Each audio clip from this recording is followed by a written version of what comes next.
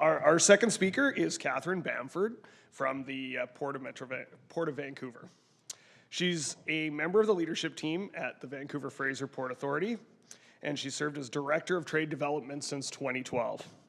Ms. Bamford is responsible for providing strategic leadership and management of the Port's commercial customer engagement and outreach strategies, maintaining and growing market share across the Port's 5 business sectors, and developing new markets through competitive marketing strategies and policies. She's been with the Port for more than 25 years and brings a huge wealth of experience to our convention. So please welcome Katherine.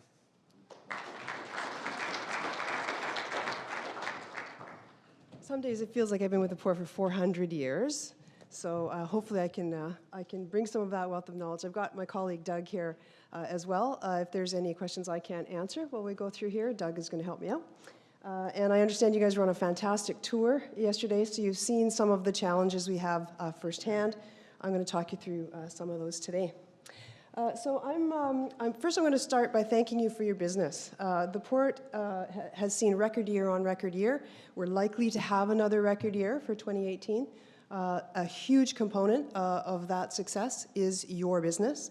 And we're going to get into some of those details, but I cannot start this presentation without thanking you for your commitment to the Port and for your business. So we're going to talk a little bit, we've got about 20 minutes or so. We're going to talk a little bit about infrastructure, and we're going to talk about transparency initiatives. I'm going to start with a bit of context. I'm sure some of you have dealt with us for many years, but some of you might be new to this level of discussion.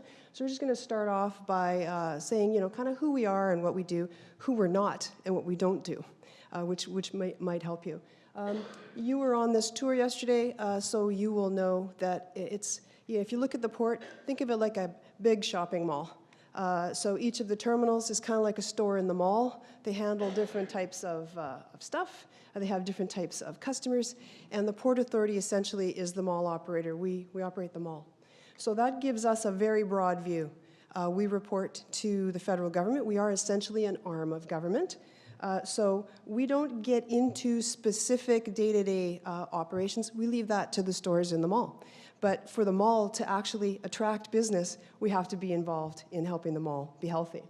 So for us, if we look at the legislation that governs our business, we are legislated by the Canada Marine Act, and that basically sets out our governing regulations and our mandate. Our mandate, our vision, and our mission are all kind of connected, therefore. Really, the Port Authority system in Canada, we're here to advance Canada's international trade agenda.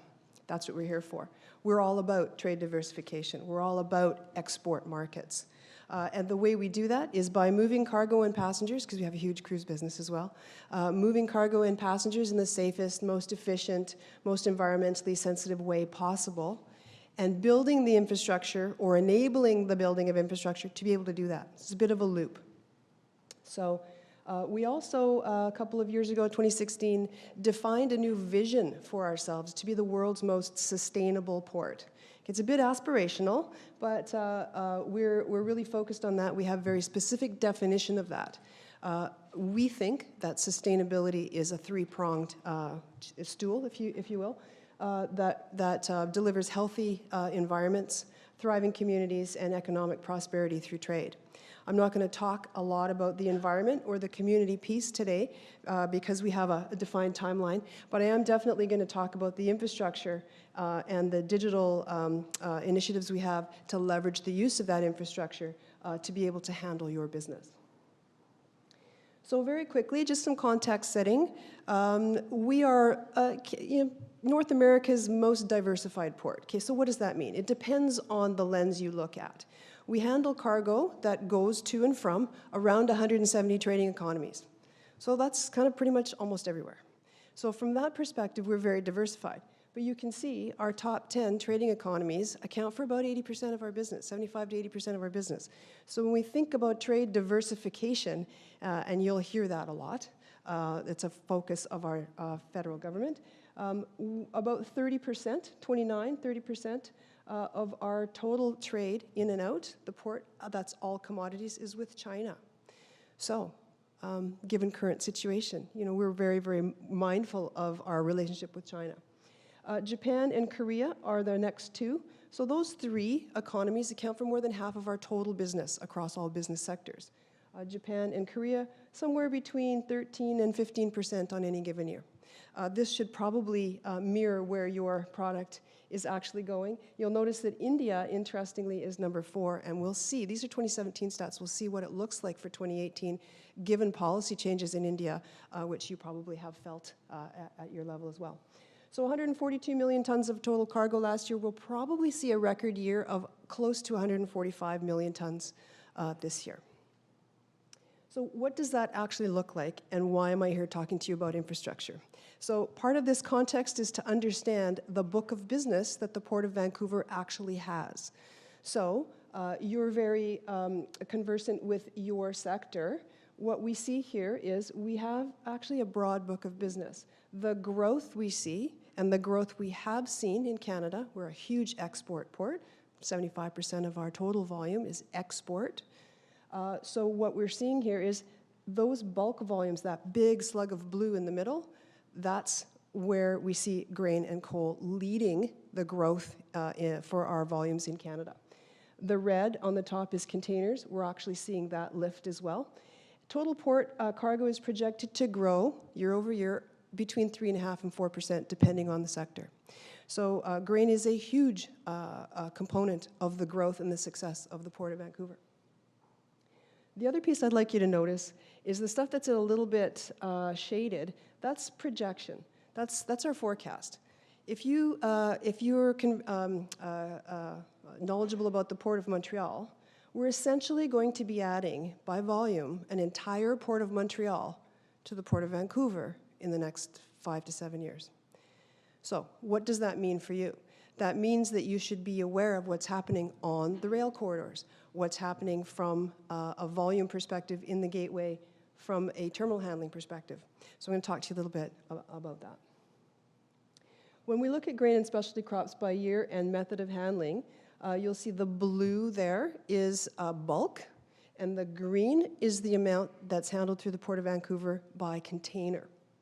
So just to give you a sense, we have, 5 now, and soon to be 6 grain terminals.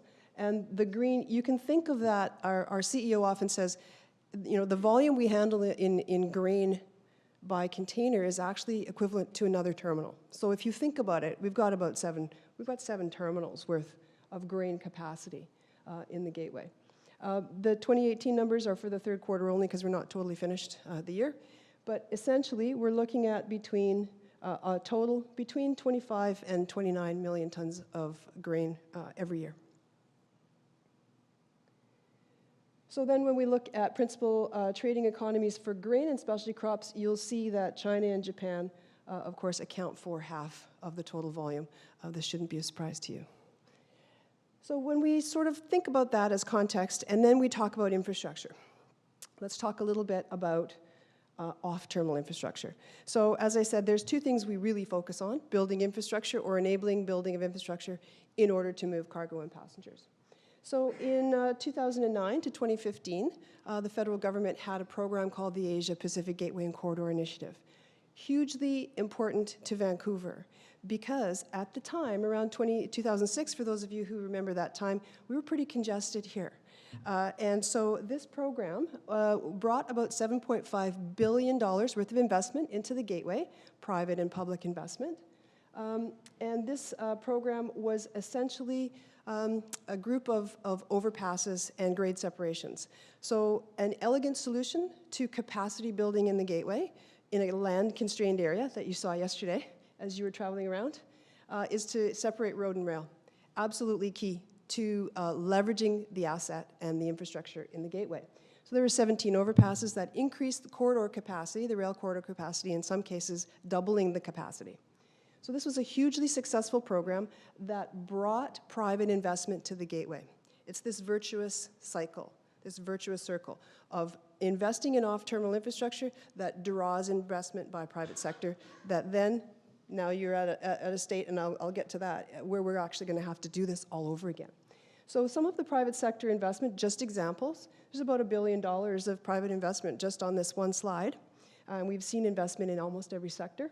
West Shore Coal Terminal, PCT with their K+S potash facility, and Neptune, another coal and potash facility.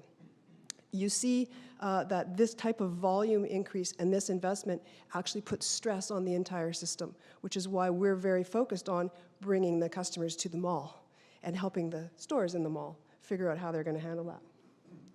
Another example, in the grain sector alone, another almost $1 billion worth of investment just on one slide.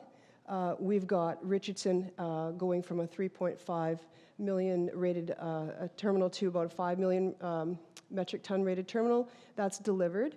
We've got G3, and some of you on the tour yesterday would have seen that terminal. It was interesting. Doug and I would sit on the other side of the harbor and watch that thing get built every single day, a little bit more, a little bit more. It's fascinating to watch. More than $500 million there. That's under construction, and that'll be an 8 million metric ton terminal. And then Fraser Grain Terminal, which is permitted and will be either going into building or shortly for $125 million, that one. So when you think about the amount of investment that is coming into the gateway, that actually means volume, which puts us, also, we just threw some examples in here for the container sector as well. So it's in every sector. Deltaport delivered, that's gone from a 1.8 million TEU facility to a 2.4 million TEU facility. Centerm, which has recently been permitted, and they'll be breaking ground on that improvement in June. And then our proposed Roberts Bank Terminal 2 project. If anyone wants any more details about these ones, I'm happy to talk about that later. What we're seeing is that fantastic foundation put in place by those grade separations and increasing the rail corridor capacity across the gateway has led to all of this investment and put us in a place where we have to go through another layer of off-terminal infrastructure investment, which is essentially what the Canadian government is now put in place. The previous program was called the Asia-Pacific Gateway and Corridor Initiative. It took me 2 years to actually be able to say that without reading it on a page, because it's that long. The current one is a little easier to say. It's the National Trade Corridors Fund. So we have, on behalf of Gateway partners, spent about 3 years working to determine where the next bottlenecks are. What are the pinch points that we need to clear away to be able to draw that next level of private investment and handle all that cargo you saw on that graph that's looking like a hockey stick that's going straight in the air. So I'm getting ahead of myself. So the National Trade Corridors Fund is a $2 billion fund put in place by the federal government. It has 3 intakes. In the last intake, we were very successful, Gateway partners, CN, CP, municipalities, in putting forward an application for 17 specific projects. More than $223 million of the first $400 million came to the Vancouver region. If you're traveling around by bus yesterday, you can see exactly why. And that's to be able to move goods and passengers much more efficiently. It's a similar idea. It's irrelevant what the names are here. The point is, they are specific programs, specific grade separations to allow the rail corridor capacity to increase velocity and fluidity through the gateway. There are some on the CP network. There's a whole pile on the CN network. And the point is that the federal government is placing its bets on Vancouver because that's where the product is coming and going from. This is where the majority of your business is coming to. And the point for you, the takeaway for you is this investment is going to increase the fluidity of the network and help to draw that private investment for the next layer. So what do we do? How do we figure that out? What does the rail modeling look like? How do we use data and information to actually help us make these decisions? So I'm not going to get into most of these, but I am going to talk a little bit about the Supply Chain Visibility Project. We do a lot of tracking. Data is neutral. So we like to take, for the last 10 or 12 years, we like to set ourselves up so that the more we see, the more we can share. We believe that visibility is what we see, and transparency is what we share. It's absolutely critical to us to have a view so that we can show you where your product is. We do that on the trucking side. We've done that for several years, where we have the container sector. We have every single container truck in the gateway loaded with a GPS unit. We know where every single one is. That helps us plan transportation infrastructure and decide where a highway goes, or a bridge goes, or the next overpass goes. Vessel forecasts on the import side. Again, as an example, we know 2 weeks out from every container vessel that comes in exactly what cargo is coming in and how much rail car supply we need. That helps the terminals plan, helps them plan labor, makes everything more efficient. That's another example of transparency and how we demonstrate that to you through visibility. Our Port Van eHub, if you've got your smartphone, hopefully you're not looking at it at the moment, but if you are, you can download our app right from the App Store, and it'll tell you exactly what's happening in the gateway right now. No matter where I travel in the world, somebody in the room, whether it's in Haifa or Shanghai or Saskatoon, somebody has got this app on their phone. It's fantastic, and I can show you where to get that. A lot of it is container focused, but it will also tell you where the switching is on the South Shore, for instance, and it will also tell you how many ships are sitting in the harbor. The other piece that I want to talk to you a lot about, actually, just a little bit more detail, is the Supply Chain Visibility Project. So probably 2 years ago, we started developing this data dashboard with the help of a whole pile of industry participants. Every grain terminal is involved. CN and CP are involved, Transport Canada, and other bulk producers, as well as the BCMEA. So what this does is allow us to track rail event data coming into the gateway and put it onto a dashboard so that you can actually see what's happening. On one side, this is an executive summary. There's 4 views. I'm just going to very quickly go through the views for you just to give you a sense. On this side, there are all kinds of sliders and choices that you can determine parameters to see what's happening. There are 25 separate metrics over 4 different commodities at the moment, and the phase 2 that we're going through will add all the other commodities. By this time next year, we will know, just by looking at the dashboard, exactly what commodities are moving and where the pinch points are in the gateway. Another view that would be helpful for you is cycle time. So this measures from inland points to the port and back to inland points. What does that look like, and how can that information help you make decisions? Another view is efficiency. This is loading and unloading. This is another area where the more information you have, the better you can plan. And the fourth view is throughput. Some of these gray areas here are areas where we're actually going to be adding metrics in the future. So this is just finished its pilot stage in October, and information is available to participants. So all of the grain terminals are able to currently see how things are moving in the gateway. So I hope it was really fast, but that's a little bit of a 101 on what's happening at the port, kind of who we are and what we do, as well as the collaboration required to be able to put these pieces of infrastructure on terminal and off terminal in place. The data that we're collecting to be able to leverage that infrastructure investment over time, and also the importance of the data being neutral and transparent so that you can move forward and make better decisions. So I'm looking forward to your questions.